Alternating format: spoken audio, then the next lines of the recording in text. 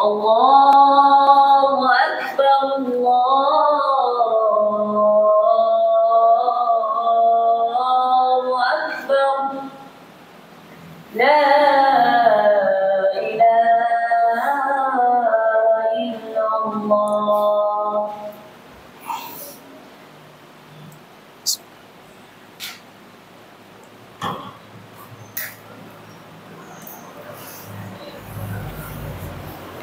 أعوذ بالله من الشيطان الرجيم بسم الله الرحمن الرحيم الحمد لله والصلاة والسلام على من لا نبي بعده وعلى آله وأصحابه ومن تمسك بسنته إلى يوم الدين وبعد فيا عباد الله أوصيكم ونفسي بتقوى الله فقد فاز المتقون الله سبحانه وتعالى يقول يا أيها الذين آمنوا اتقوا الله حق تقاته ولا تموتن إلا وأنتم مسلمون والرسول صلى الله عليه وسلم يقول اتق الله حيثما كنت. Mga igsuon sa relihiyong Islam, pagadaygon o pagapasalamatan ang Allah subhanahu wa ta'ala. Pasalamatan ang Allah subhanahu wa ta'ala sa nagkadaiyang blessing nga gihatag niya sa atoa. Pasalamatan ang Allah subhanahu wa ta'ala kay tungod gihatag niya sa atoa ang matulid nga dalan. Ihdinas siratal mustaqim. Ang matulid nga dalan diin mausiya ang relihiyong Islam nga nagatudlo sa atoa sa pagsimba sa nag-inusarang Dios nga siya ang nagbuhat sa langit sa yuta nga mao si Allah subhanahu wa ta'ala.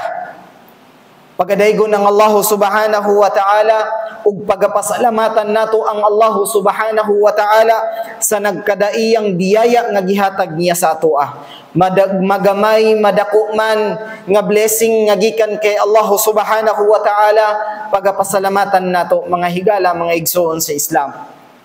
Musaksi kita, musyahada kita nga wala kitay laing pagasimbahon gawas lamang ang Allah subhanahu wa ta'ala.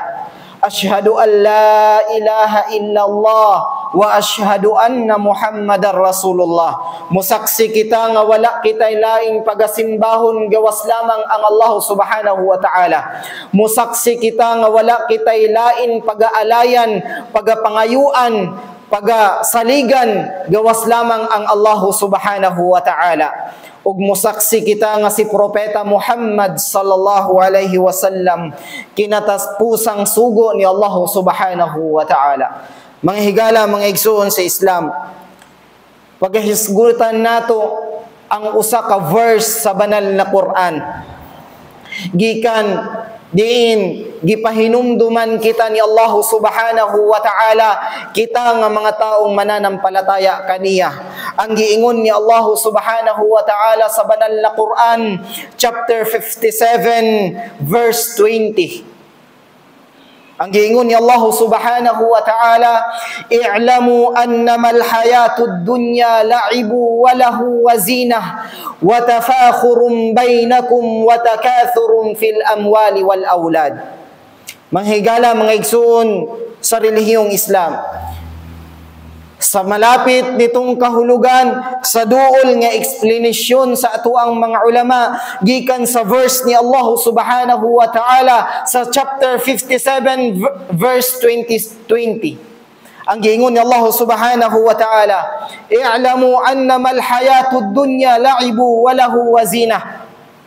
Hibalan ninyo nga mga tao, hibalan ninyo nga mga mananampalataya, hibalan ninyo nga ang inyuhang kinabuhi sa kalibutan susama lang kamo sa nagdula-dula. Nga pagkahuman sa inyuhang pagdula naa kini katapusan. Sa ubang explanation sa ato ang mga ulama, huna-hunaan ninyo, hibalan ninyo nga ang inyuhang kinabuhi sa kalibutan susama ra kamo sa estranghero. Susama lang kamo sa nagbisita sa kalibutan. Pagkahuman ninyong bisita, muuli kamo. Muuli kamo kay Allah subhanahu wa ta'ala. Ang giingon sa ato ang mga ulama nga ang kinabuhi nato diri sa kalibutan panandalian lang. Panandalian lang, naa siya'y kahumanan. Pagkahuman sa imuhang kinabuhi, muuli na kangadto kay Allah subhanahu wa ta'ala. Ibig sabihin nga ang atuang kinabuhi na ay katapusan diri sa kalibutan. Nganong gisulti man ni Allah? Ang pangutana, question, nganong gisulti man ni Allah sa atuang nga mga tao nga hibalon nato nga ang atuang kinabuhi diri sa kalibutan, susama lang kita sa nagdula-dula. Susama lang kita sa nagbisita diri sa kalibutan. Susama lang kita nga nigsulod diri unya muuli kay Allah subhanahu wa ta'ala. Ang pangutana, nganong gisulti man to ni Allah sa atoa? Nga dili nato ibutang sa ato ang huna-huna nga magpirmaminti ta sa kalibutan. Dili nato ibutang sa ato ang huna-huna nga everlasting life na kadiri, hangtod sa hangtod na ang imuhang kinabuhi diri, dili. Ginapahinumdum ka ni Allah nga ikaw mamatay ka, naa kay kamatayon, ikaw mawala, mabanhaw ni ining kalibutana, ug muli kay Allah. Nganong mang gisulti kadto ni Allah sa atoa? Nganong giingon man kadto ni Allah sa atoa? Nga hibalon nato nga ang imuhang kinabuhi diri sa kalibutan na ay kahumanan. Nganong gisulti man kadto ni Allah? Ang giingon ni Allah, wa tafakhurum bainakum wa takathurum fil amwali wal aulad. Tungod ang mga tao sa kalibutan, ingon si Allah, naglinumbaanay na silag padaghan og anak, na naglinumbaanay na silag padaghan og kwarta. Ang mga tao sa sobrang pagpaningkamot niya diri sa kalibutan para sa iyang mga anak, nakalimot na siya nga na siya kamatayon. Sa sobra pagpaningkamot ni tao diri sa kalibutan, aron lang makakuha kwarta, nakalimtan na niya nga na siya kamatayon. Unsay gingon ni Allah? Wa tafakhurum bainakum wa takathurum fil amwali wal aulad. Hunahunaan ninyo nga mga tao na amoy katapusan, mamatay kamo, mubalik kamo kay Allah kay tungod ayaw ninyo hunahuna nga magpermaminti kamo sa kalibutan. Kay tungod nga naman unsa may ginabuhat sa mga tao? Ingon si Allah, naglinumbaanay na silag padaghan og anak, na naglinumbaanay na silag padaghan sa ilahang kwarta. Tanawa, naay mindset sa mga pamilya nga kung daghan ang imuhang anak, mulampos ka niining kalibutana. Kay kung makahuman kadtong imuhang mga anak, wala na kay problemahon nga ginikanan, kay kung magkatrabaho kadto sila, madato na mo. Kasagaran nga mindset sa magpamilya, langga, love, padaghanon na to ato ang mga anak. Kay bitaw, sa una raman ta maglisod. Pero pag makahuman niya tong mga anak, wala na. Maglingkod-lingkod na ta sa ato ang balay. Maglingkod-lingkod na ta sa ato ang mansion. Kaya nakahuman naman na to ang mga anak. Agwantahon lang nato sila, bisag unsa sila kadaghan. Importante mapahuman nato. Ingana ang mindset sa mga pamilya. Ingana ang mindset sa magtiayon. Naapoy uban nga magtiayon nga patrabaho na to tong mga anak aron pag makakita sila trabaho, maayong trabaho, daghan na sila sweldo, naa na sila yung mga kwarta, kita pod. Ha? Managhan na pod atong kwarta, mudato na pod ta. Isa na sa mindset sa magpamilya o magtiayon. Pero giingon ni Allah, unsay giingon ni Allah sa kadtong nga mga tao, hibal-an ninyo nga kamo mamatay. Hibal-an ninyo nga kamo mawala nining kalibutana. Katong mga kwarta sa imuhang anak, katong pagpadaghan nimo sa imuhang mga anak, dili kato siya makatabang, ingon si Allah. Yawma la yanfa'u malu wala banun. Sa adlaw sa paghukom, ang imuhang mga anak na nakapokus sa kalibutan ug tungod sa pagpadaghan og kwarta, dili sila makatabang sa imuha sa adlaw sa paghukom. Nga higala mga igsoon sa Islam, okay man lang nga magpadaghan ta og anak basta ang atuang tumong para kay Allah. Lab magpadaghan tag anak kay para daghan ang musimba kay Allah. Dili kay magpadagan kag anak kay para makahuman sila aron dagan pud sila kwarta, aron maadunahan ka. Aron maadunahan mo, mali to siya nga mindset. Oo, nata diri sa kalibutan, nangandoy tag kwarta, nangandoy tag maayo nga panginabuhi, nangandoy tag maayo nga trabaho, pero ayaw kalimti nga ikaw diri sa kalibutan mamatay ka, muuli ka kay Allah, ayaw pag-focus sa imong mga anak, ayaw pag-focus sa mga kwarta. Fokusi nga ang imuhang mga anak unsaon sila makabalo magsambayang. Fokusi kung unsaon nila makahibalo sila basag Quran. Alhamdulillah sa mga pamilya nga naningkamot para sa ilahang mga anak nga makahibalo sa Islam, makabasa sa Quran, makabalog sambayang. Pero unsaon naman lang katong mga pamilya nga wala jud sila halos naglaan sa ilahang mga anak aron makahibalo sa Islam. Pati pagsambayang dili sa kabalo mo sambayang. Kailangan pa og guide. Okay lang sa mga bagong balik Islam. Natural, i-guide jud nato sila. Pero ikaw nga nana sa Islam nga 10 years, 14 years, 15 years, imong anak di pagyapon kabalo mo sambayang. Nga siya lang isa. Dili pagyapon siya kabasa og Quran. May paningbag-o pa sa Islam pero naningkamot makabasa sa Quran. Imong anak pila na katuig sa Islam, di pagyapon kabalo mo basa og Quran. Mao nay imuhang problemahon mga higala mga igsoon sa Islam. O bitan nang giingon ni Allah Subhanahu wa Ta'ala, hibal-an ninyo nga ang inyong pagkabuhi sa kalibutan naa siya kahumanan. Kay tungod ang mga tao, nagapokus na sila sa pagpadaghan og anak, nagfocus na sila pagpadaghan sa ilahang kwarta. Busa mga higala, mga igsoon sa Islam, kini pahinumdum kini ni Allah Subhanahu wa Ta'ala. Nga dili ta mag-focus niining kalibutana, dili ta mag-focus niining pagkabuhi nato kay mamatay gyud ta. Okay lang kung ikaw mamatay, nagamit nimo ang imuhang mga anak para sa Islam, nakabasa sila og Quran, makabasa sila og mga hadith, makabasa sila og Quran, makabasa sila og mga verse sa Quran. Okay lang kadto, pero katong pamilya nga wala jud sila naglaan nga para mahibala nila ang Islam, pati sa ilahang mga anak, problema kayo. Mabitaw ng pasalamat kita insyaAllah nga kung mamugna man sa ato ang madrasa diri sa ato ang lugar, paningkamutan gyud nato nga makasulod ang ato ang mga anak sa madrasa. Kay ngano man, mao na ni ang way nga makahibalo ang ato ang mga anak sa Islam. Kung dili man nato sila mahatod diri sa masjid every Sunday ug Saturday nga mag-eskwela ug madrasa, bisag dito sa ilahang eskwelahan, gipangitaan na natog pamaagi aron makasulod sila sa madrasa, aron mahibal-an nila ang Islam, aron mahibal-an nila ang relihiyon nga gihatag sa atuan ni Allah. I-grab na nato ni nga opportunity, magsinuportahay kita ninyo, ilabi na sa atuang mga brother nga nagpakusog, diin mabutangan ta kita og madrasa diri sa atuang lungsod. Kay mo na'y pasabot sa ayang nga giingon ni Allah Subhanahu wa Ta'ala, naningkamot na lang sila sa kwarta, naningkamot na lang sila sa pangkalibutanon, pero ang ilahang relihiyon wa jud nila pangningkamuti. Karon gihatagan na ni Allah Subhanahu wa Ta'ala og taufik.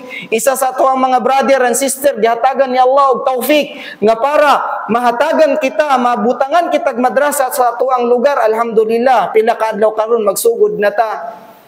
Mo nay dako nga atong ipasalamat kay Allah kay ang atuang mga anak nag-eskwela pa sila sa pangkalibutan og kahibalo, nag-eskwela pa sila para sa relihiyon ni Allah Subhanahu wa Ta'ala, ug kini suportahan nato kay tungod makatabang kini sa atuwa diri sa kalibutan hangtod sa adlaw sa paghukom ni Allah Subhanahu wa Ta'ala.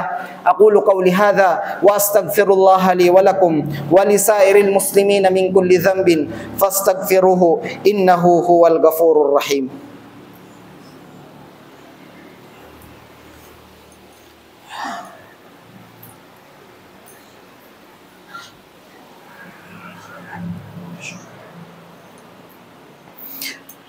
A'udzu billahi minasy syaithanir rajim. Bismillahirrahmanirrahim.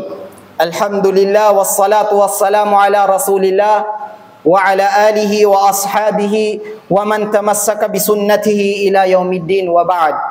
Mga higala, mga igsoon sa relihiyong Islam. Si Umar radhiyallahu anhu Si Umar radiyallahu anhu ikaduha siya nga khalifa. Ikaduha siya nga khalifa, nahimong leader sa tibuok Muslim sa kalibutan. Pagkamatay ni Propeta Muhammad, ang nisunod si Abu Bakar, nihimo siyang khalifa. Ikaduha si Umar radiyallahu anhu. Si Umar radiyallahu anhu, giduol siya ni Propeta Muhammad sallallahu alaihi wasallam. Ingon si Propeta Muhammad sallallahu alaihi wasallam, gusto ba ka? Akhadha Rasulullah sallallahu alaihi wasallam bimangkibay. Gigunitan ni Propeta Muhammad sallallahu alaihi wasallam ang abaga ni Umar radiyallahu anhu. Si Propeta Muhammad, gigunitan niya ang abaga ni Umar radiyallahu anhu. Kani buhi pa si Propeta Muhammad sallallahu alaihi wasallam ato nga time. Ingon si Propeta Muhammad kay Umar radiyallahu anhu, Umar, kun fid dunya ka'annaka gharibun aw abirus sabil. Kun fid dunya ka'annaka gharibun aw abirus sabil. Ingon si Propeta Muhammad sallallahu alaihi wasallam kay Umar, Umar, himua nga ang kalibutan susama ra ka sa nagbisita. Himua ang imuhang kaugalingon nga ang imuhang kaugalingon diri sa kalibutan susama ra ka sa estranghero nga nagbisita ka ug muhawa ka sa imuhang gibisitahan. Ngigala mga igsoon sa Islam, ang giingon ni Umar radiyallahu anhu, ingon siya, idza amsayta fala tantadhir as-sabah. Ingon si Umar radiyallahu anhu sa mga tao, kung maabtan gani mog hapon, ayaw ninyo huna-huna nga maabot kamo og buntag. Ayaw ninyo siguraduha nga kung muabtan mog hapon, maabtan kamo og buntag. Ikaduha, ingon si Umar, wa idza asbahta fala tantadhir al-masa. Ingon si Umar radiyallahu anhu, kung maabtan gani imong buntag, ayaw ninyo siguraduha nga maabtan kamo og hapon, kay ang kamatayon bagta. Ang kamatayon muabot siyag kalit. Kaya ayaw ninyo huna-huna nga kung maabtan kamo og hapon, ayaw ninyo siguraduha nga maabtan kamo buntag. O kung maabtan kamo buntag, ayaw ninyo siguraduha nga maabtan kamo hapon. Kay tungod ang kamatayon moabot siya nga kalit. Tama ang giingon ni Umar. Daghag mga tao nga natulog kapag kagabi, wala na sila naabtan og pagkabuntag. Daghan pug naabtan og buntag pero wala na sila naabtan og hapon. Kay tungod na disgrasya sila, tungod sa ilahang sakit nga namatay sila, tungod sa naabtan na sila sa ana nga oras sa ilahang kamatayon. Busa ayaw nato dili nato ibutang sa atong kaugalingon nga kung maabtan taghapon, maabtan tagbuntag. O kung maabtan tagbuntag, ayaw isigurado sa imuhang kaugalingon nga maabtan pa kaghapon. Huna-huna nga ang kamatayon kalit moabot siya. Anytime kuhaon ta niya, dili niya mababagan ang imuhang kinabuhi. Unsa may giingon ni Umar? Gamita ang imuhang kusog sa pagsimba kay Allah. Khudh min sihhatika limaradika. Samtang kusog pa, naapay kusog ang imuhang lawas, samtang maayo pa ang imuhang lawas, wala pa ka maabti og sakit, simbaha si Allah. Gamita ang imuhang kusog sa imong lawas para kay Allah, pagsimba kay Allah, pagfasting kay Allah, pagsambayan kay Allah. Kay kung magkasakit na ka, magmahay na ka nga katong imuhang lawas nga kusog pa, wala nimo nagamit para kay Allah. Ulahin na ang pagmahay. Wa min hayatika limautika. Samtang buhi pa ka, ingon si Umar, buhatan na ang tanan sa pagsimba kay Allah. Hangtod sa wala pa naabot sa imuhang kamatayon. Kay kung maabot sa imuhang kamatayon, magmahay na ka, kay wala na ka nakabuhat og pagsimba kay Allah.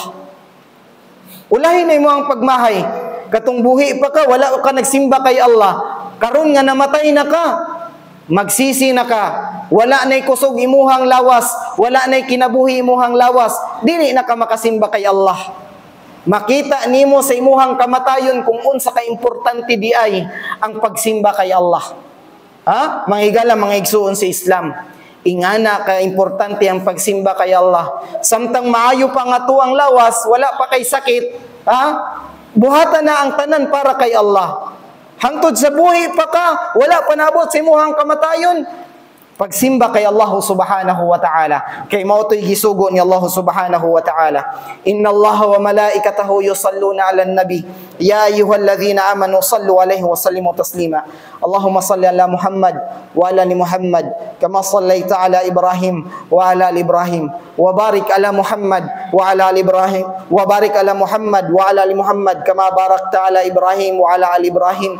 Innaka Hamidum Majid. Wa qala rabbukum ud'uni astajib lakum. Amin ya rabbal alamin. Allahumma ighfir lana dhunubana wa liwalidayna warhamhuma kama rabbawna sighara. Allahumma taqabbal salatana wa du'aana wa ruku'ana wa sujudana ya arhamar rahimin. Rabbana atina fid dunya hasana wa fil akhirati hasana wa qina adzaban nar. Allahumma inna nas'aluka ilman nafi'an wa rizqan tayyiban ya arhamar rahimin. اللهم انصر الإخوان للمسلمين في كل مكان وفي فلسطين يا أرحم الراحمين. اللهم انصر الإخوان المسلمين في كل مكان وخاصة في فلسطين يا أرحم الراحمين. اللهم انصر الإخوان المسلمين في كل مكان وخاصة في فلسطين يا أرحم الراحمين. اللهم انصر الإخوان المسلمين في كل مكان وخاصة في فلسطين يا أرحم الراحمين. سبحان ربك رب العزة عما يصفون وسلام على المرسلين والحمد لله رب العالمين. الله أكبر.